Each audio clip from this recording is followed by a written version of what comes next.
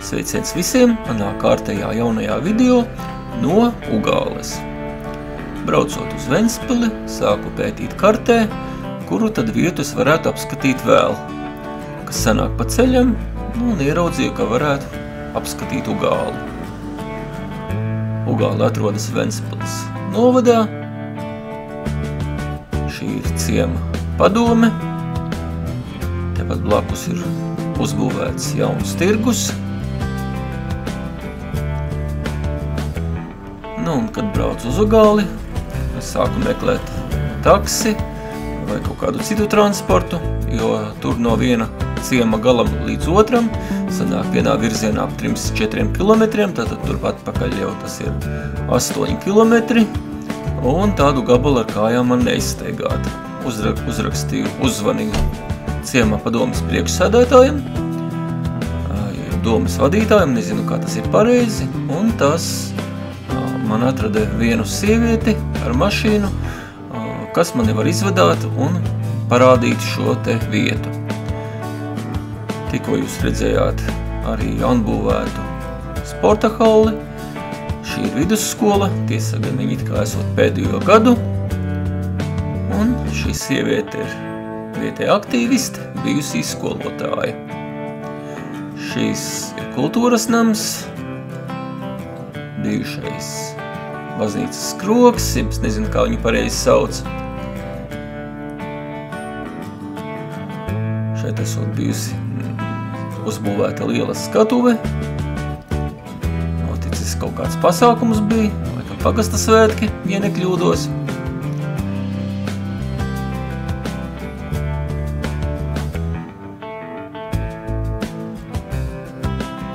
Un tagad es atbraucu uz pareizticīgo baznīcu.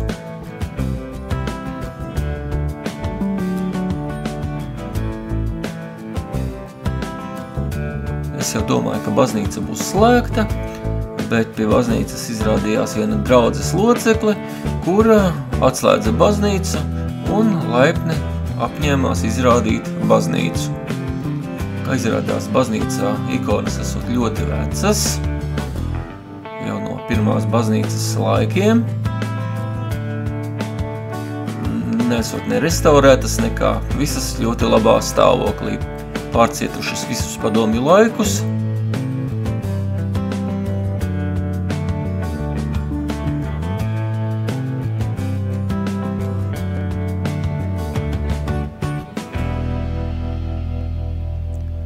Un tagad esam atbraukuši pie Luterāņu baznīcas.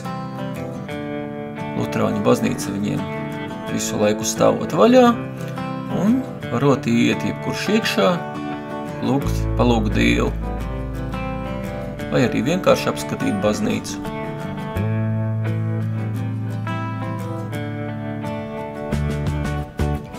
Tepat baznīcai pretī kaut uz laikos ir bijusi ēdnīca, veikals, tagad vienā pusē atrodoties galdniecība, otrā pusē viens ar bitēm, ja es pareizi saprotu, tur nodarbojas.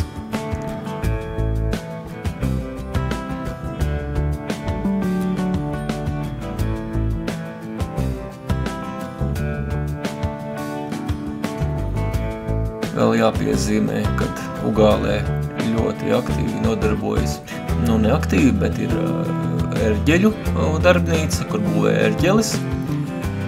Un šīs darbnīcas īpašnieks ir arī mācītājs Luterāņu baznīcā. Šeit ir bērnu stūrītis.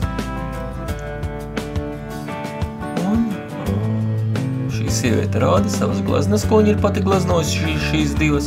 Nezinu, varbūt arī vairāk.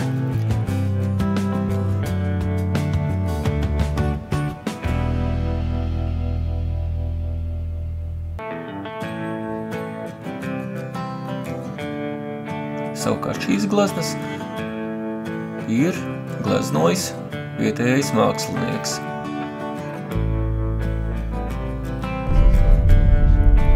Tagad mēs braucam uz dzelzceļa staciju.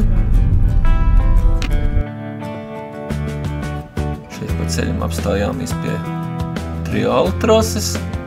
Tiesa gan tas organizators, kas visu laiku līdz šim bija rīkojis, viņš esot kaut kādas, cik es sapratu, veselības problēmas.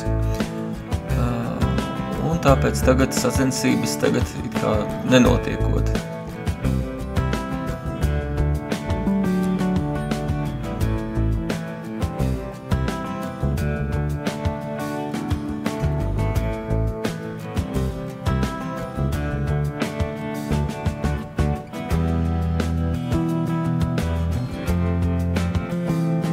Ugālī esot tā kā 2 centri, šis ir vecais centrs, kas ir pie dzelzceļa stacijas. Otrais centrs esot tur, kur pagasta padome, tirgus. Bet man jau nu pašam likās, ka ir vēl 3. centrs, tur, kur Luterāņu baznīca, tur, kur klubs, kultūras centrs.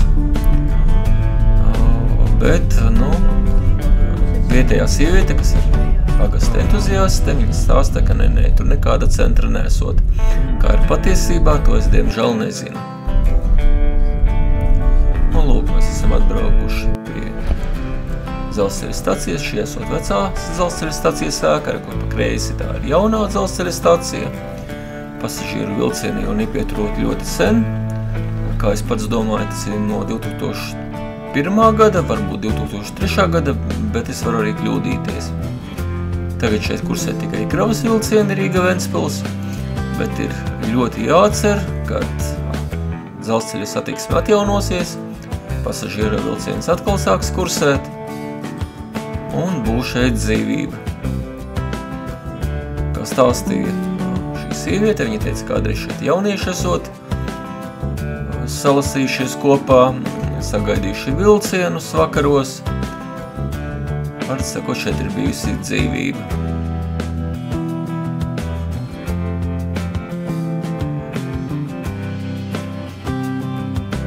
Un tepat arī atrodas blakām stacijai tāds vēsturisks ūdenstornis, un kādreiz arī lokomotīvas pildītas.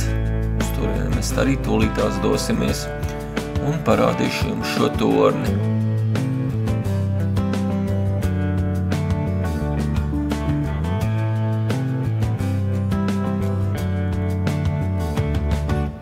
Tas man par Ugāli arī viss. Ceru, ka jums patika. Ceru, ka jūs nospiedīsiet īkšķi uz augšu.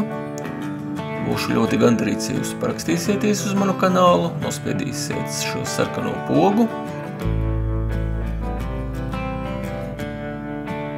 Un teikšu jums visiem atā.